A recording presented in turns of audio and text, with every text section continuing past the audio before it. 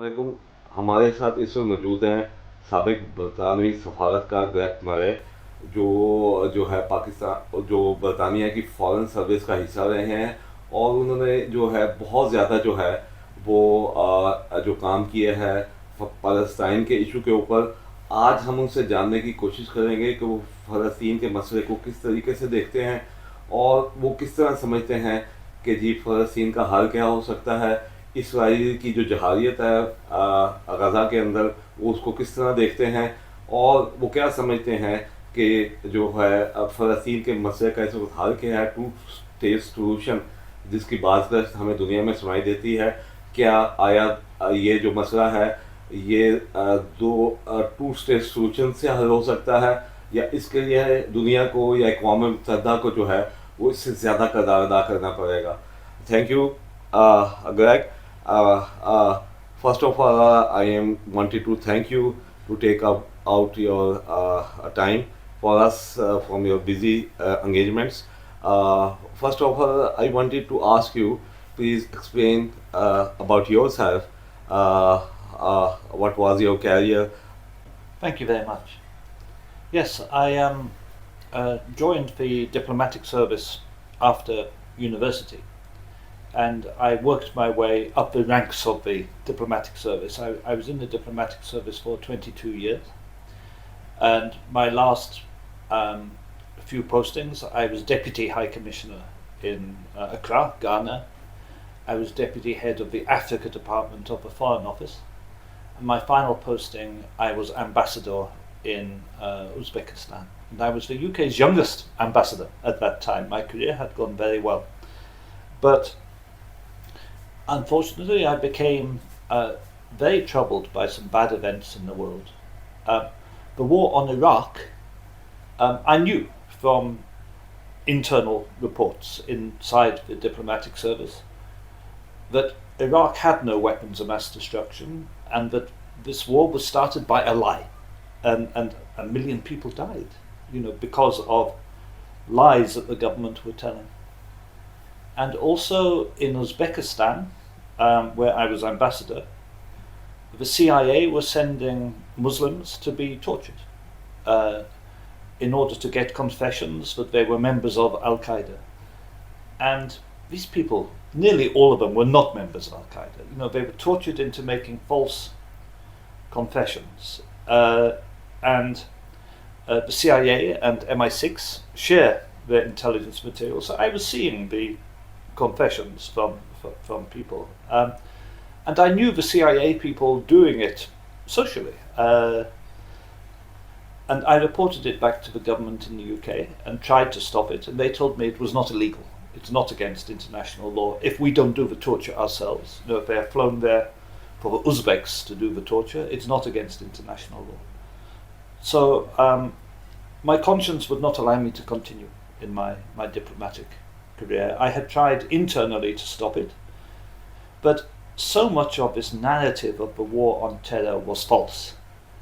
And so many things being done to Muslims in the UK. Young Muslims in the UK were being imprisoned for terrorism, which didn't exist at all, or it was started by government agent provocateur.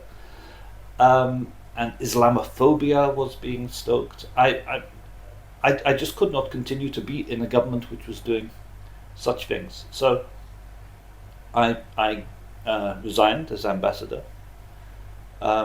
I blew the whistle. I went public on the CIA torture and extraordinary rendition program. And I was the first person in the world to expose the CIA's torture and extraordinary rendition program, which now, of course, everybody knows it happened. But then, nobody knew it happened. And the government said in Parliament I was lying and I was inventing it. And then, through my whistleblowing, I became a good friend of Julian Assange. And then I started working alongside Julian and cooperating with WikiLeaks.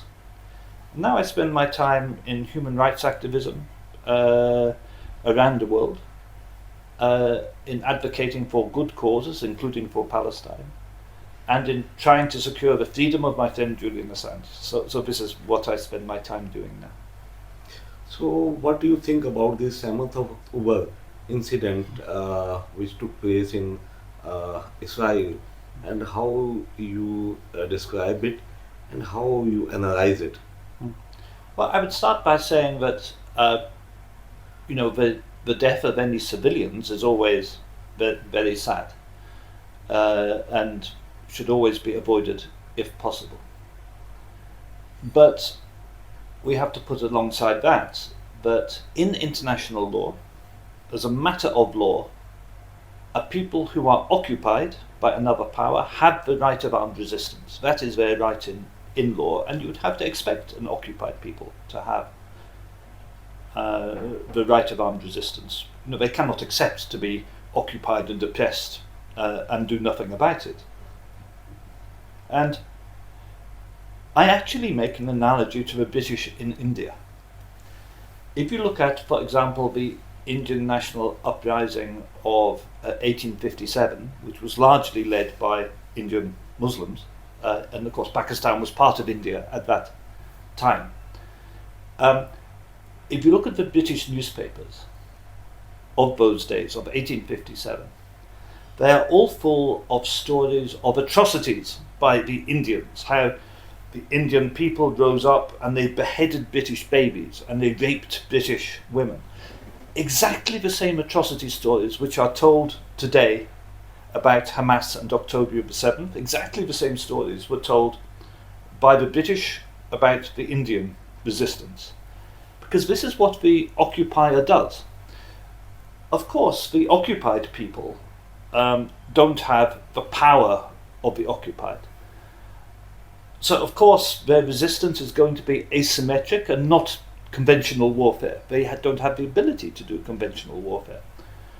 But the occupied people, the occupier, the colonial power, and Israel is a colonial power, the colonial power exaggerates any atrocity element, and then it claims that this all is evidence that the occupied people should be occupied because they are not civilized, they are not civilians, they are barbarians, and the occupier is on a civilizing mission. And this was the nonsense that the British people and the British media said about the Indian people, that these people, these Indians and these Muslims, they are not civilized people, they are barbarians, we are in power over them because we are civilizing the world. And Israel is saying the same thing about the Palestinians. And of course it's not true. This is nonsense. This is always the self-justification of the oppressor who is stealing the land and resources of the oppressed people. So after 7th October, there was one another thing that was a Israeli response. There are around 35,000 of the children, women, and innocent people died due to the Israeli forces attacks. How you think that it was a justified response, or that was a you can say genocide of the one community in you can say in Gaza? It is very obviously a genocide. Let me give you one fact which even just only this one fact would prove it was a genocide. The percentage of those killed who are children is 40%. 40% of those dead, just more than 40%, are children. And thousands of them, tiny little infants, toddlers, have been murdered en masse by the Israelis. In war normally, if you look at wars throughout history and wars in modern history, normally in an armed conflict, the percentage of children among the dead is less than 10%. In a normal war, children are only killed by accident, and it's like 6 to 8% of those killed. It is a kind of normal figure for war. When 40% of those you are killing are small children, that is a genocide. That is not a war. Those are not accidental victims of armed conflict. You are deliberately killing. You must be, on a mass scale, deliberately killing tens of thousands of children. And this is evil. This is unconscionable. And you look at other acts. They have done everything possible to destroy Palestinian culture. They have demolished, not only with bombs, but with explosive on the ground. They have demolished all the universities. They have destroyed the hospitals. They have killed the leaders of society. They have targeted poets and teachers and scholars and aid workers and doctors. These professionals have been targeted because it's an attempt to wipe out Palestinian society. And it can't be a war. How can you have a war when you have an extremely powerful American-backed and American-supplied army and navy and air force, and you are fighting people who don't have an army, don't have a navy, and don't have an air force? How can you have a war against people who have no weapons? It's plainly not a war. It is plainly a genocide. So after this, you can say almost 6 months had passed. The Israeli forces, every day there is an attack on the Gaza's people, Palestinian. How you see the UN and the Western countries' role in this war, and how you describe it? I think the Western countries are deeply complicit in genocide. I mean, let's be plain. Israel could not have done this without weapons and military support and diplomatic support from the United States, from the United Kingdom, and from Germany in particular, but also other Western states, and also from some of the neighbouring Arab states. This is a combined attempt to eliminate the Palestinians from Gaza completely and take over the Gaza Strip. I have no doubt that is the end aim. And it's extraordinary. And you look now Gazans are starving. Innocent people, civilians are starting to die of starvation. And the civilized, so-called, the nations which call them civilized West, the very day the International Court of Justice said that this was plausibly a genocide, all of the major Western powers cut aid to UNRWA, thus cutting off the food supply to Gaza. It's not Israel alone which is starving the people of Palestine. The United Kingdom, the United States, Germany, Australia, all these countries cut giving aid to UNRWA, to the United Nations agency which takes food into Gaza. And that was deliberate, that was organised. That is the Western world being a part of and complicit in the plot to starve people in Gaza, to starve out the Palestinians.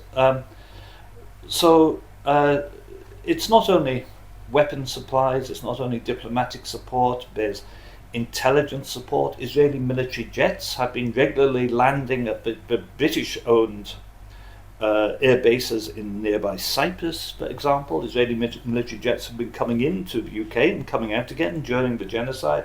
Britain has been providing aerial surveillance from British aeroplanes to the Israelis. They've been giving intelligence support. The complicity is very, very deep between the Western powers and Israel. This is a genocide planned not only by Israel. This is genocide planned by the Western powers. I'm very sorry to say, but I'm sure that's true. So you see, on one side you said that there is a nexus between the Israeli and the Western powers, and in this situation, how you see the Muslim countries' response on the Gaza situation? That my opinion is, I wanted to explain that I am disappointed on the response of the Muslim countries, and how you describe it, that what was the Muslim countries' response, and what could be the response the Muslims wanted to see, or the world wanted to see from them? Well, I think the first very important thing to say is, in both the Western countries and in the Muslim countries, the people do not support what their governments are doing. There are large majorities of people in every Western country, except possibly Germany, every other Western country. The large majority of ordinary people are against the genocide. And there are, across the world, there are millions of people every week out on the street demonstrating about what their governments are doing. So neither in the West nor in the Muslim world do the people support what their governments are doing. And that may have important long-term effects on the world political situation. But the Muslim countries, their leaderships have been important. But let's have a clear view here. In most of the Arab states, their governments, their regimes, I would call them, are dependent upon the United States and Israeli security services to protect the regimes against their own people. These are not democratic regimes. These are repressive regimes, and they are allied with the Israelis. And we saw even when Iran launched an attack on Israel after Israel attacked the Iranian consulate in Damascus, you had Arab states fighting alongside Israel against the Iranian missile. And that also comes back to what the West has always done. And what Britain always did, a key aspect of colonial rule policy, which is divide and rule, where the West deliberately tries to exploit the division between Shia and Sunni Muslims, tries to split the Muslim world and make this division worse and worse. So instead of Muslims coming together against a common enemy, they are divided by the West along Sunni-Shia lines. And that's exactly what America has been doing and Israel has been doing this last few weeks with regard to Iran and Palestine. And so you have the Iranians and the Houthis who are actively trying to help the Palestinians, but then you have the Jordanians shooting down drones heading for Israel. And I do wish the Muslim world would come together and see that there is more that unites Muslims. All Muslims should believe in the same God and the same Prophet, and they should stand together, united against attacks on an Islamic people, whether you're Sunni or Shia.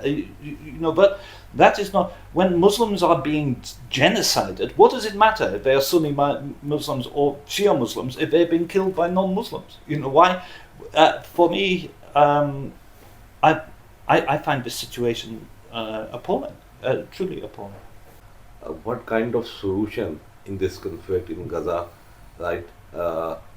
In Palestine, especially that two nation, you will support the two nation, or you will support some other plan that can bring a peace in this region? Yeah, I think one nation is impossible now. Sorry, two nations. I think a two nation state is impossible, because already if you count the illegal settlements and Israel's land grabs, even if you ignore the fact that Israel has now occupied all of Gaza in effect, already Israel has taken 82% of the land, leaving the Palestinians with only 18%. And what remains for a so-called Palestinian state are just some tiny divided little pieces of land. It can't possibly make a viable state. There's not enough left. And also one thing to remember is the two-state solution was invented by the Americans, really, and by the British and by other Western powers, and they don't believe in it. If they believed in a two-state solution, they would have recognized Palestine. You say you want a two-state solution, well, recognize a Palestinian state. The Americans don't recognize a Palestinian state. The British don't recognize a Palestinian state. The Germans don't recognize a Palestinian state. They don't really believe in a two-state solution. It's an excuse. It's a device to avoid the issue. But even then, the Americans and the British and the Israelis are saying if there is a two-state solution, then the Palestinian state must be disarmed. It must have no military. So how is that a two-state solution? I have one state in Israel, which is an extremely military state with huge amount of power, which has shown it is willing to genocide the Palestinians. And then the Palestinian state has to have no weapons and no army and be defenseless, so the Israelis can do it again any time they want. You'd have to be crazy to believe that is a solution. For me, the only solution is for Palestine to be a single state. We have to go back to the borders of Palestine in 1846 and make that one single state, which is democratic, which doesn't care what is anybody's religion. It doesn't matter. Are you Muslim? Are you Jewish? Are you Christian? It doesn't matter. You are a citizen of that state and you have a vote. Everybody has one vote. You elect your government like a normal state in effect. For me, the only solution I can see that can possibly work, and you see, I think it can work. My very first job as a diplomat was for South Africa desk in the Foreign Office. And that was in the mid-1980s when apartheid in South Africa was extremely strong. And it was very difficult to end apartheid.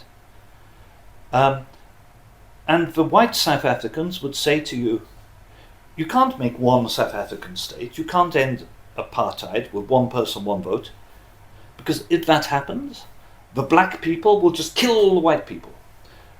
And they honestly believed it. They really believed that if South Africa became a democracy and apartheid ended, all the white people would be killed. They believed that. And that's exactly what we hear today from the Israelis. They say it cannot be one state, because if you make one state where we all live together, the Palestinians will kill all the Israelis. And of course they won't. It's crazy. I don't know. I know many, many Palestinians. I don't know one of them who wants to kill all the Israelis. It's just not going to happen. And people at that time said it was impossible to have one single democratic state in South Africa. But look, it is there, and it works. And equally, it's possible to have one single democratic state in Palestine. We can get there. People have to lose their fear and lose their racial hatred, because racial hatred is what is behind this. And of course, it was also exactly like South Africa, because we have to get into our minds that Israel is a colony. These are colonial settlers from Europe and the United States, white colonial settlers, the Israelis are, who have come in there and stolen the land of the people. And that's how we have to approach the issue. You told me earlier that you are now a human rights activist in the UK, right? So how you see that the conflict in Gaza and in Ukraine, how the humanity can control such kind of incidents, and what are the, you can say, the shortcomings in the UN policy or the point of view of the Western and the world powerful nations? How you think? I think this is exactly the same. The Ukraine situation and the Gaza situation, they may seem very different, but actually they have exactly the same cause. And it goes back to what I was saying before about how the politicians don't represent the people. And there's this huge lack of connection between what ordinary people want and can do and what the people in power want. And you must remember that people make a lot of money, a lot of profit from wars. Normal people don't want wars, it's crazy. But governments often want wars. Because when, for example, the American Congress just voted to give another $57 billion to Ukraine, and most of that will be spent on weapons. The weapons companies will make massive profits, which will go to their shareholders. And as well as that, the weapons companies who get the contracts will pay large bribes to the politicians who voted for the contract. so for them, it's, this is money going round. People make money from these wars. And that's why they want the war to continue and continue. The war in Ukraine should have ended in negotiation years ago. The war in Ukraine should never have started. You have a small minority, well, not small, you have a minority of Russian speakers in Ukraine who wanted to be part of Russia. You have a Ukrainian majority who didn't want to be part of Russia. It was very obvious. Before the war started, it was already obvious. The only solution was for a part of Ukraine, a minority of Ukraine, but a part of Ukraine, to return to being part of Russia, as it had been historically. And that's how the war will end. Eventually, one day, they will stop killing each other and there will be a negotiation and a small part of Ukraine will go to Russia. I guarantee you that's how the war will end. But we could have done that without the war. We could have done that in the beginning. But then politicians and arms manufacturers would not have made all these billions and billions of dollars. And there's always interest and money in war. And there are people who are making billions of dollars of individual fortunes out of the conflict in Gaza, the arms suppliers, the arms manufacturers, the politicians who vote through. Why politicians are removed from the people is politicians are not really dependent on the people anymore, because the political system is rigged and fixed. Politicians are dependent upon the billionaires who control them. That's where their main money comes from. The systems of democracy have lost contact with the ordinary people. And that's why ordinary people can't stop these wars, even though everywhere in the world the ordinary people want for wars to stop. Yeah, you told me that you was a deputy ambassador or ambassador in Uzbekistan, and you see that there was some CIA and MI6. Although at that time there was a Iraq war they wanted to start by the USA. So there was a Dr. Kerry, he was the scientist in Yes. UK. So he said that there is no weapons of mass destruction in Iraq. So he was killed, right? So how do you see that the governments wanted to fulfill their wishes or evil wishes to, you can say, to superpass the people's sentiments? So it is good or bad for the upcoming years or upcoming, you can say, the time for the human being. There has to be a change, but I'm sure a big shift, a big change is coming in the world. I knew David Kelly slightly, I didn't know him well, but I also at one time in France worked on Iraqi weapons procurement. I knew him a little. Officially he committed suicide, but I have no doubt he was murdered. And like him, I also knew for certain that Iraq didn't have weapons of mass destruction. And this was a great example of how governments start wars by lies. My great friend Julian Assange, he said one of his famous sayings are that all wars are started by lies. And if you can start wars by lies, you can stop wars by telling people the truth.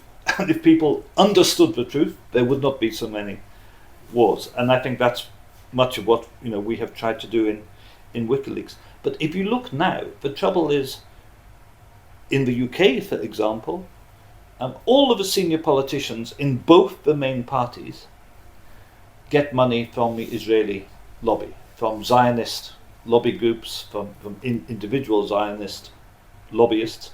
The senior politicians get large amounts of money, and I mean they personally get the money, not to the party or whatever only. They personally get money from the Zionist lobby. They are all paid to support Israel, and the Israeli lobby is not stupid. They pay both political parties, both the main parties. So whoever wins the election, Keir Starmer, the Labour leader in the UK, he has supported Israel in Gaza from day one. He was against a ceasefire the whole time until recently, very recently, after Joe Biden said, under circumstances we will support a ceasefire, then Keir Starmer said. But until that moment, Keir Starmer had opposed the ceasefire. Keir Starmer and the Labour Party in the UK still support arms sales to Israel. They absolutely support arms sales to Israel, for example. So there's nobody most people in the UK can vote for who is against the Israeli lobby, who is against what is happening. That has to change. There has to be a substantial change in politics, and I think it will happen because people are learning that what the media is telling them about what is happening in Gaza is not the truth.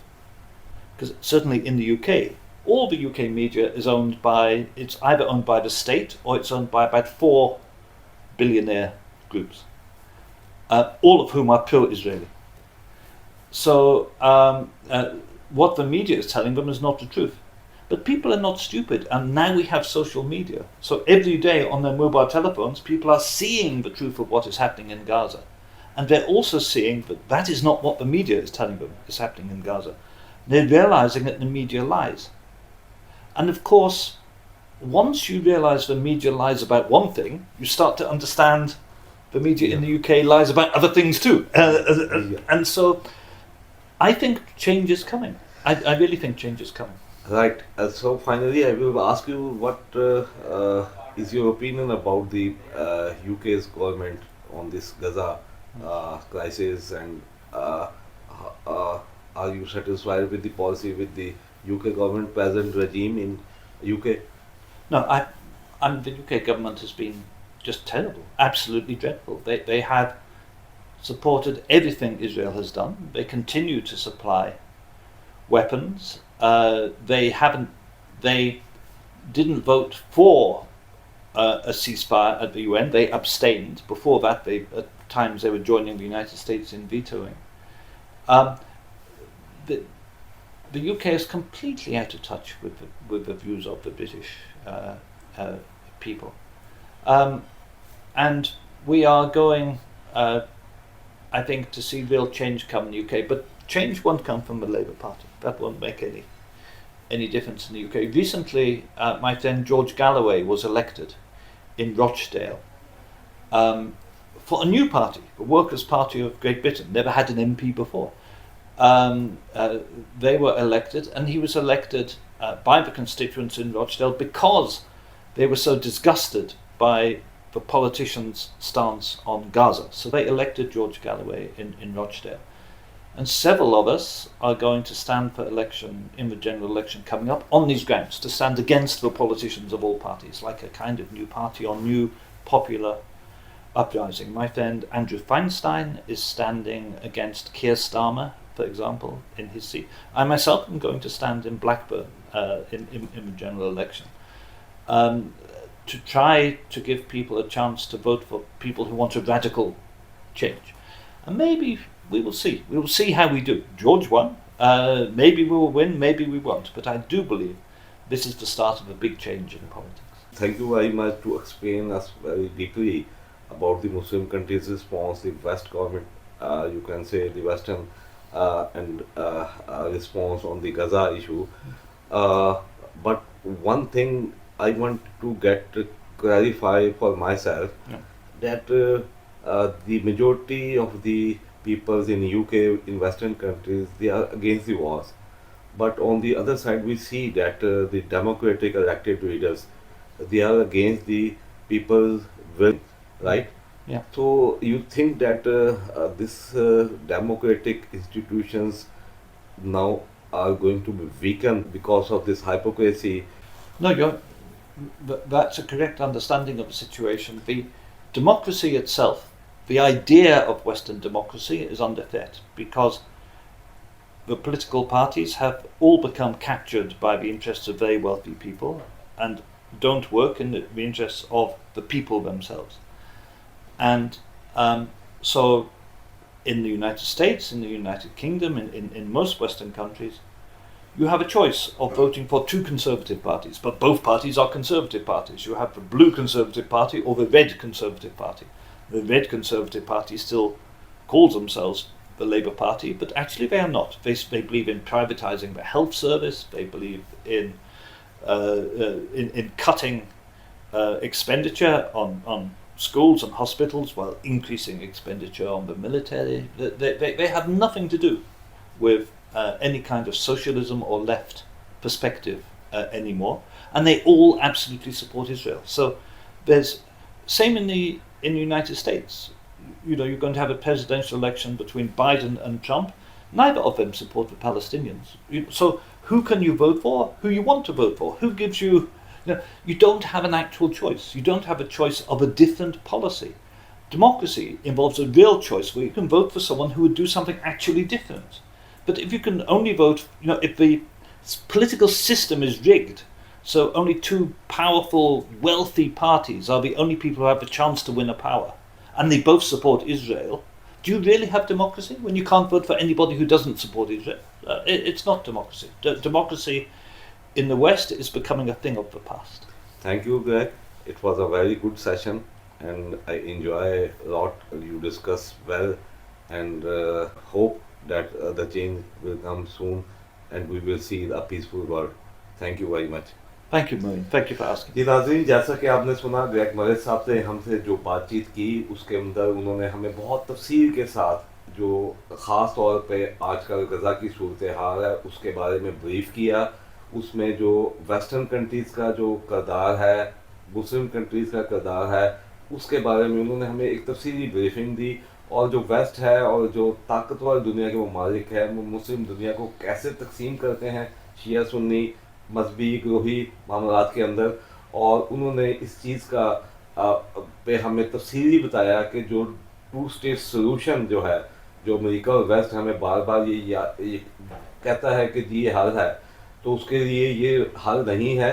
और जो है single फ़लस्तीनी रियासत ही उस खत्े में अमन का बायस बन सकते हैं। जी बहुत शुक्रिया नाज़रीन, अल्लाह हाफ़िज़।